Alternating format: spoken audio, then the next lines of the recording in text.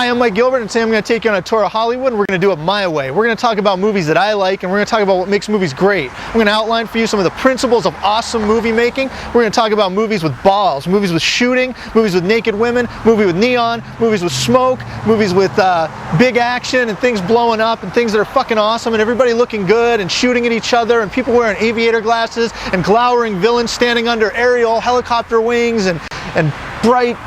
That's going to be awesome.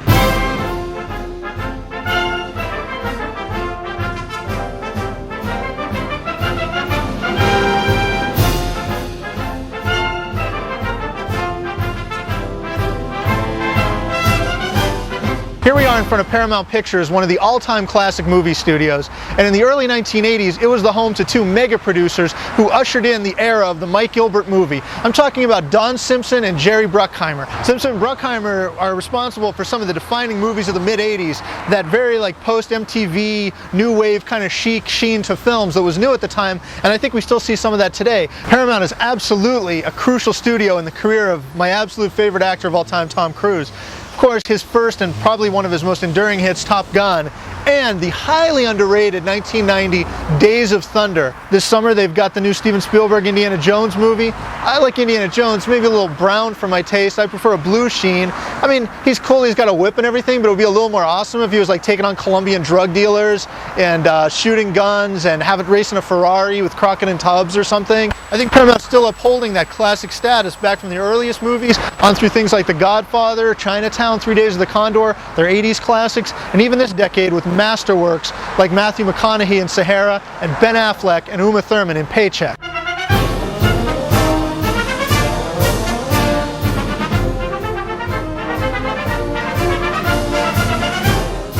Behind me you see beautiful Warner Brothers Studios, one of the legendary film studios of all of Hollywood history.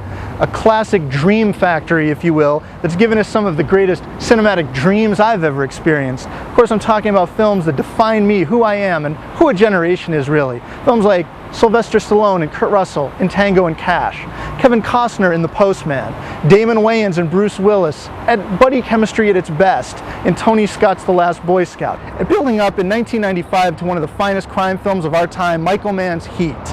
When I go see a Warner Brothers movie, I know what I'm in for. I see that powder blue sky at the beginning, that tinkling music hits my ears, and I'm like, I know I'm going to see something good. I see Warner Brothers, I'm going to see Clint, I'm going to see Bruce Willis shooting shit up. You want to see Eric Stoltz and the literati in New York hitting on girls with their goatees, having martinis? Go see a fucking Miramax movie. This is going to be Michael Mann, this is going to be Tony Scott, this is going to be what I want to see in a movie.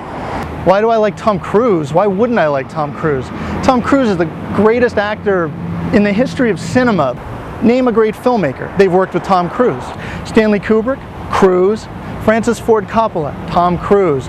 Martin Scorsese, Cruise. Has Tim Burton ever worked with Tom Cruise? No, he's too busy listening to The fucking Cure. He's got white pancake makeup on and listening to Fall Out Boy. He's not casting Tom Cruise. People with personal power, inspiring people, they like Tom Cruise. They know that he's a winner. He's a symbol of all that is right with our great country. America is #1 for one reason, and the leading reason? Tom Cruise.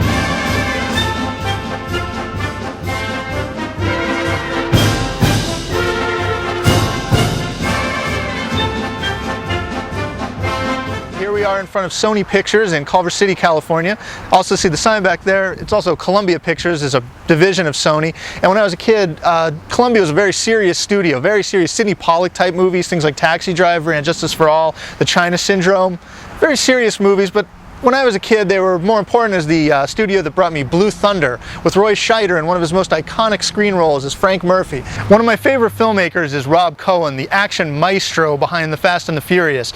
2 of his more recent pictures were done at Sony, and I'd like to see more of that. He did XXX here, and he did Stealth, one of the best action spectaculars of this decade, starring Jessica Biel, and a quintessential Jessica Biel role, if you will. Also, Jerry Bruckheimer and Michael Bay's Bad Boys 2 was done for Sony, and I think that I'd like to see more of that. I love Sidney Pollack, but I want a little less of that old style Sony. I want more Bay, I want more Bruckheimer, I want more Rob Cohen and people in clubs and action and good looking chicks who are all greased up and neon and people shooting at each other and people doing coke. I want a lot more of that, and I think with XXX, Bad Boys, Stealth, that's what I want to see.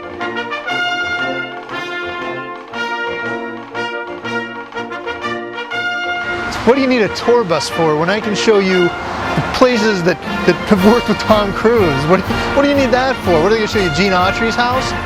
Who's that?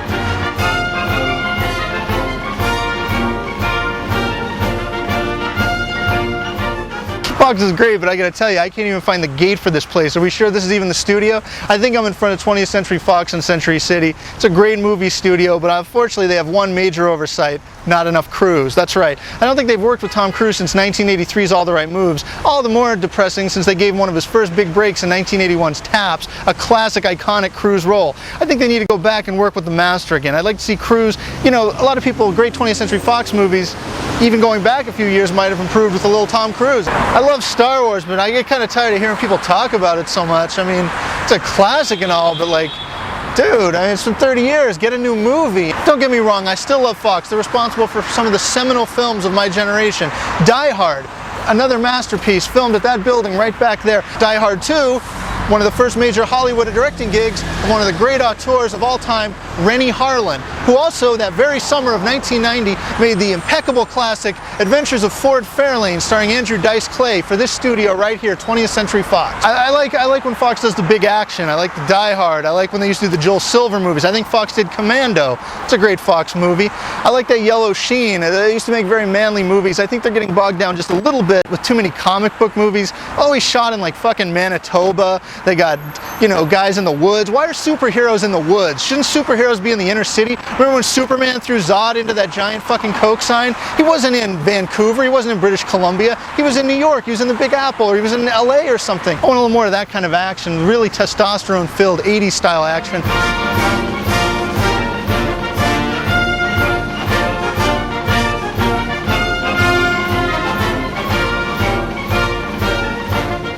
Paris Hilton is the absolute sexiest woman now or probably ever. Like people talk about like Marilyn Monroe, like what, some like fat chick in black and white, that's supposed to be sexy? No, Paris is sexy. She's awesome, she's a great personality, she's a joie de vivre that I find enchanting. She's got a great sense of humor, and she's always shiny, which I like.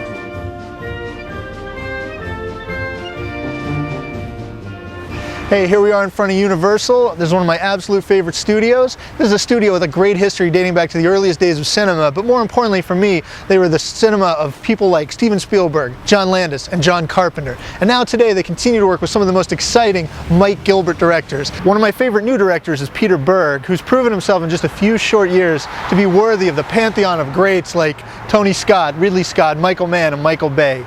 I like to think that all the great masters who've recently made their films here at Universal, they're all hanging out in there right now. Like if you went in there, you'd see Greengrass, you'd see Ridley Scott, you'd see Michael Mann, and you'd see Peter Berg, and they'd all be like boar hunting and shooting off guns and getting lap dances from hot strippers. You know one of the cool things about Universal? You know what they got up there? You know what they got? They got a theme park. But you know what they have in the theme park? Like movies that like are for kids or something? What's that about? They ought to incorporate some of their more recent movies. Maybe they could add a Peter Berg's The Kingdom attraction where you get to be Jamie Foxx and run around shooting off grenades with aviator sunglasses. Maybe they could have a Crockett and Tubbs ride where you get to bang Gong Li or something. This is the studio of Miami Vice, and when I saw Miami Vice in 2006, the first thing I saw was that slightly desaturated Universal logo and then the strains of Jay-Z with Linkin Park accompanying Colin Farrell's awesome mullet and mustache. Miami Vice isn't just what all movies should be like, Miami Vice is what life should be like. When I go around in my day-to-day life, I'm slightly bored. I want it to look more like Miami Vice. When I go to a drugstore, I don't want it to just be a regular drugstore. I want it to be in Michael Mann vision. I want to go in like Colin Farrell in the movie. I want glowering villains and black aviator sunglasses and a 3-day shadow. I want ceiling fans and Venetian blinds and smoke billowing through the place even though there's no smoke source. After you've seen Miami Vice, everything else is just a disappointment. So yeah, they made a lot of great movies back in the old days, I guess. I don't know. For me, Universal is Spielberg, it's Jaws, it's Miami Vice, it's Michael Mann, it's Peter Berg's The Kingdom, and they continue making some of the great Mike Gilbert movies of yesterday and today. So that brings us to the end of this tour. I hope you've enjoyed it. I hope you've enjoyed hearing about some of these great movies, and if you haven't seen them, I hope you go and check them out. Thanks for joining me.